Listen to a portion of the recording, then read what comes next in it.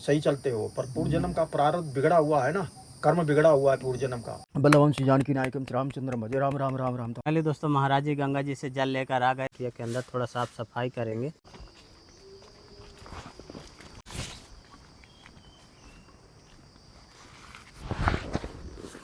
जय सीताराम। दोस्तों आज आपको एक दुर्लभ संत के दर्शन कराने वाला हूं, जो बीहड़ जंगलों के अंदर बिल्कुल अकेले रहकर भजन साधना करते हैं। चारों तरफ से आप बीहड़ जंगलों के दृश्य देखेंगे और जंगलों के अंदर से आप देखें मंदाकिनी गंगा जी काफ़ी बाढ़ में चल रही हैं और महाराज जी की कुटिया इस रास्ते में आगे लगभग आधा किलोमीटर आगे पड़ती है। तो आइए दोस्तों चलते हैं सीधा महाराज जी की कुटिया की ओर। काफ़ी सुनसान और डरावना जंगल है, यहाँ कोई आता जाता नहीं है और इस तरह के जंगलों में महाराज जी बिल्कुल अकेले रहकर भजन साधना करते हैं। जंगलों के अंदर देखे काफ़ी विशाल बरगद का पेड़ हमें मिला है, कितनी बड़ी बड़ी जटाएं हैं बरगद के पेड़ में, और पेड़ के बगल से ही देखिए कुटिया दिख रही है हमें महाराज जी की, और चारों तरफ से आप जंगलों के दृश्य देखेंगे। और यहाँ पर देखे बहुत सारी गैयाँ जंगलों से निकल कर आई हैं, महाराज जी की कुटिया के चारों तरफ खड़ी हैं और महाराज जी अपने कुटिया के अंदर ही हैं, भजन साधना अभी कर रहे हैं। तो ये दोस्तों महाराज जी की कुटिया, ऊपर से देखे तिरपाल वगैरह डाले हैं और ये महाराज जी की कुटिया का प्रवेश द्वार है छोटा सा। चारों तरफ से महाराज जी जाली वगैरह लगाए हैं। दोस्तों महाराज जी अपनी कुटिया के अंदर ही हैं और ये महाराज जी की कुटिया का देखे लोहे का दरवाज़ा है और महाराज जी अभी भजन साधना पाठ में लगे हैं। और ये दोस्तों महाराज जी की कुटिया देखे बिल्कुल साधारण सी। यहीं पर दोस्तों महाराज जी का धूना है, ये देखे, और यहीं पर महाराज जी का पूजा पाठ भी करने की जगह है। देखे ठाकुर जी भगवान महाराज जी के यहीं पर विराजमान हैं। महाराज जी की कुटिया बरगद के पेड़ के नीचे ही है और ऊपर से देखे तिरपाल डाले हैं और चारों तरफ से जाली वगैरह लगाए हैं पतली पतली, जिससे जानवर वगैरह अंदर ना प्रवेश करें। और यहाँ पर महाराज जी देखिए डब्बे में जल वगैरह रखा करते हैं बर्तन वगैरह धोने के लिए। दोस्तों सुबह 8 बजे आया था और अभी दिन के 11 बजे हैं और महाराज जी की अभी भजन साधना चल रही है। पहले महाराज जी यहाँ पर रामायण पाठ कर रहे थे, अब यहाँ पर बैठकर भजन साधना करने लगे हैं। दोस्तों कुटिया के अंदर साफ़ सफाई करने के बाद अब महाराज जी देखे कुटिया के बाहर भी साफ़ सफाई कर रहे हैं।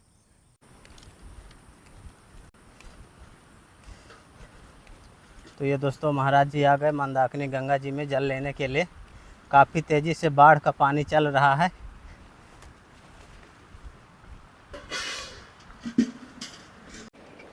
दोस्तों मंदाकिनी गंगा जी में महाराज जी जल लेने के लिए आए हैं और देखिए कितनी तेज़ी से गंगा जी का जल चल रहा है। चारों तरफ से आप जंगलों के दृश्य देखेंगे।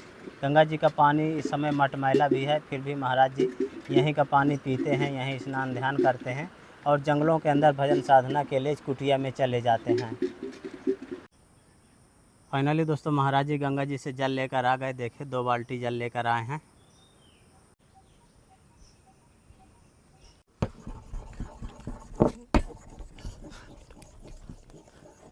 महाराज जी चंदन किस लिए है? ठाकुर जी की पूजा के लिए है।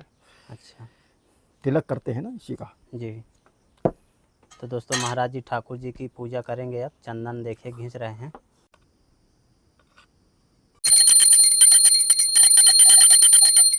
शालिग्राम कहते हैं। ये इनका चरित्र ऐसा मिलता है, पाल में गंडकी नाम की नदी है, भगवान श्राप के कारण पत्थर बने हैं। शालिग्राम भगवान ही इनका नाम शास्त्रों में है।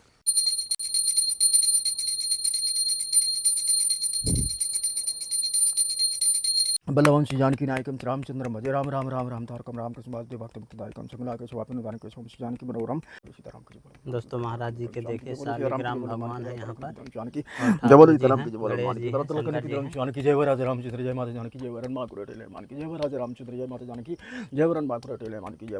जय सीताराम। महाराज जी आपकी सेवा में इसमें आटा है। महाराज जी आपकी सेवा में सब्जी है और महाराज जी चावल हैं आपकी सेवा में। इसमें महाराज जी सत्तू है, सत्तू चल जाता है ना महाराज जी। और महाराज जी आपकी सेवा में ये मूंग की दाल है। ठाकुर जी के लिए महाराज जी अगरबत्ती और महाराज जी ये सरसों का तेल है। महाराज जी आपकी सेवा में एक टार्च है, देखिए महाराज जी। और इसमें महाराज जी पामोलिन ऑयल रिफाइंड है, और महाराज जी आपकी सेवा में नमक, सब्जी मसाला, और इसमें थोड़ी मिर्चें ले आए हैं महाराज जी, और महाराज जी आपकी सेवा में। महाराज जी यहाँ कभी भूखे भी रहना पड़ता है? जंगल में रहना ही पड़ता है भूखे। जैसे महाराज जी गंगा जी में बाढ़ चल रही है, मंदाकिनी जी का पानी मटमैला है, तो वहीं पीते हैं। अब वो फिर दूसरा कोई उपाय नहीं है ना, यहाँ नल नहीं है, मतलब जो है ना यहाँ सब महात्मा 25-30 कुटियाँ हैं, वो सब मंदाकिनी है, अमृत धारा है। हाँ। तो अमृत धारा से काम चला लेते हैं महात्मा। बरसात होती है तो अमृत धारा 2-3 घंटा के बाद में पानी साफ हो जाता है। तो कुछ अमृत धारा से दूर जिनकी कुटिया है तो वो मंदाकिनी से काम चलाते हैं। महाराज जी बरसात में जंगलों से फल फूल कुछ मिल जाते हैं? हाँ, वो जंगल में जो रहते हैं महात्मा तो जड़ी बूटी खा करके है, कोई कैसे ना कैसे अपना अपना जी रहते हैं। रातों दिन जैसे कोई माला जाप कर रहा है, राम जी का भजन कर रहा है, तो क्या उनकी आत्मा भी भटक सकती है? नहीं, भगवान का जो चिंतन करता है, भजन करता है, उसकी आत्मा तो नहीं भटक सकती है। हाँ, सुख दुख वाली बात अलग है, सुख दुख मिलता है। भगवान का जो भजन करता है उसमें भगवान भी परीक्षा लेते हैं ना, भगवान परीक्षा लेते हैं। भगवान का नियम है कि जो भगवान का भजन चिंतन करता है उसको कष्ट भी मिलता है और भगवान रक्षा भी करते हैं। तो आत्मा नहीं भटक सकती? नहीं, भगवान का चाहे महात्मा हो या पब्लिक हो, कोई भी भगवान का जो चिंतन करता है, नाम लेता है, वो आत्मा सुख दुख मिल सकता है। पूर्व जन्म का जैसा भगवान का नियम विधान है उससे सुख दुख मिलता है इस जन्म में। जो पहले पूर्व जन्म में उसने गलत किया है तो उसको तो मालूम नहीं रहता है जीव को, पर उसके आधार पर दूसरे जन्म में उसका जो है ना प्रारब्ध भोगना पड़ता है, अच्छा बुरा जैसा भी है। और निर्मल मन रखने से परमात्मा की कृपा हो जाती है, चाहे वो महात्मा हो या पब्लिक हो, कोई भी हो। विभीषण था, राक्षस था, पर उसका मन शुद्ध था, निर्मल मन था, तो उसको देखो परमात्मा ने जो है ना दर्शन दिए और लंका भी दिया। रावण तो उसका भाई मार के निकाल लिया था। तो निर्मल मन जो होता है, जिसका छल छिद्र कपट से रहित है, परमात्मा उसको प्रिय है और परमात्मा रक्षा भी करता है। और हृदय में तो वो सभी के परमात्मा है, परमात्मा सर्वव्यापक सभी के हृदय में, वो अच्छा होए बुरा होए, पर जिसका मन निर्मल होता है, शुद्ध होता है, धर्म के प्रति भावना होता है, तो परमात्मा साक्षात प्रत्यक्ष उसके हृदय में प्रकट होता है और उसको नाना प्रकार का ज्ञान है कराता है और सत्मार्ग दिखाता है और रक्षा भी करता है। तो वो पूर्व जन्म का प्रारब्ध नहीं मालूम होता ना, पूर्व जन्म ने हमने क्या किया है, किस तरह का, वो तो इस जन्म में मान लो किया उसको मालूम है, और छोटे पर भी क्या किया उसको मालूम नहीं है।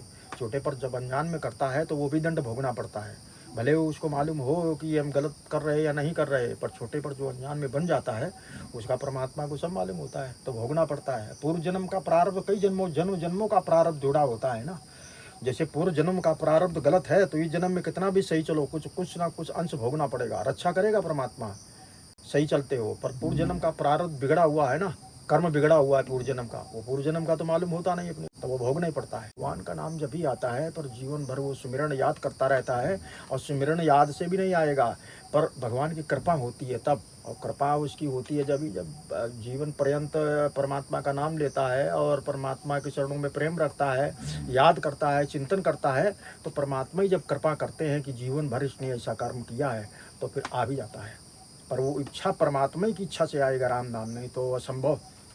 परम सत्य है राम का नाम, भगवान का राम नाम, हरि नाम, ये परम सत्य है। तो सत्य के वो फिर नाम अगर मरने के समय आ जाएगा फिर जन्म नहीं होता दोबारा।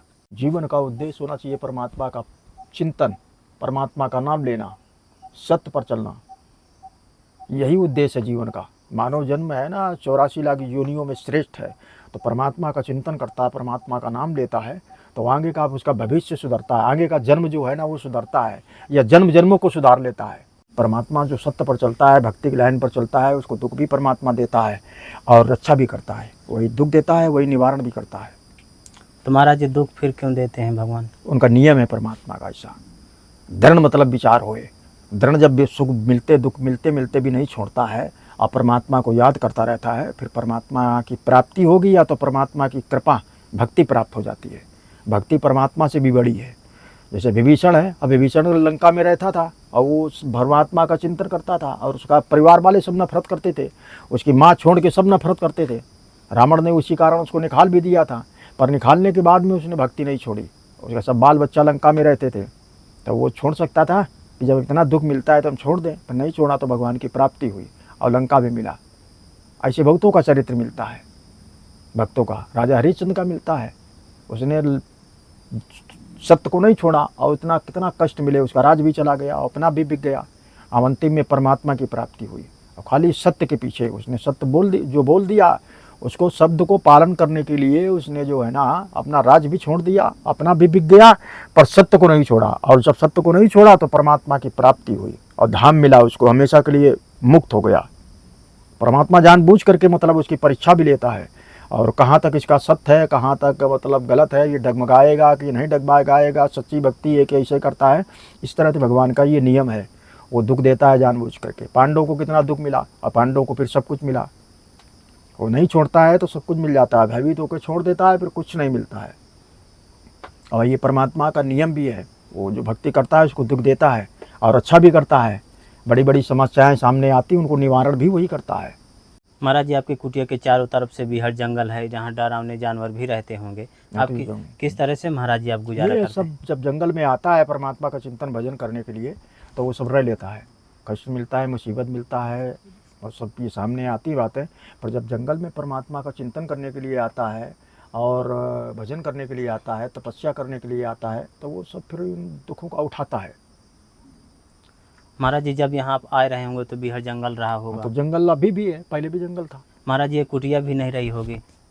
हाँ, ये कुटिया उटिया नहीं, महात्मा ज़्यादातर यहाँ आए हैं तो वो सब बनाए हैं अपना अपना कुटिया। अच्छा, तो महाराज जी जैसे आप स्टार्टिंग में यहाँ आए थे तो कुछ राशन सामग्री लेके आए थे कि? नहीं, वो महात्मा जंगल में जाएगा तो लेके नहीं जाएगा कुछ हाँ। भी। वो अपना बस पूजा पाठ का सामान, अपना जो है ना कपड़ा ओढ़ना जो है, कमंडल है, यही लेके जाता है और फिर बैठ जाता है पेड़ के नीचे कहीं या गुफा में, भजन करता रहता है। दुखों का सामना, कष्टों का सब सामने उसके रहता है। धीरे धीरे ठाकुर जी की कृपा हो जाती है तो व्यवस्था हो जाती है, नहीं व्यवस्था हो जाती है तो पेड़ और गुफा में ही भजन करते रहते हैं। दोस्तों, महाराज जी चींटियों के लिए देखिए आटा डाल रहे हैं। यहाँ चींटियाँ आती हैं महाराज जी? बहुत चींटी है यहाँ पेड़ में, भी सब आ जाएंगे, खाएंगे। अच्छा, पेड़ में चढ़ी रहती हाँ, है? वो सब पेड़ में नीचे भी रहती है, जड़ के पास में। दोस्तों, महाराज जी पूजा पाठ करने के बाद अब देखिए सब्जी बना रहे हैं। सब्जी भोजन पर सब्जी बनाएंगे।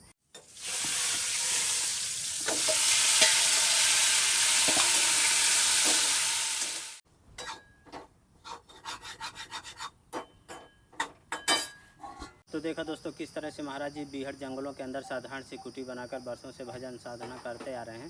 दोस्तों, संतों की तपस्थली का वीडियो आपको कैसा लगा आप हमें कमेंट में ज़रूर बताइएगा। जल्द ही मिलते हैं एक नई जगह एक और नए वीडियो के साथ। तब तक के लिए कामतगिरी जर्नी की ओर से आप सभी को धन्यवाद।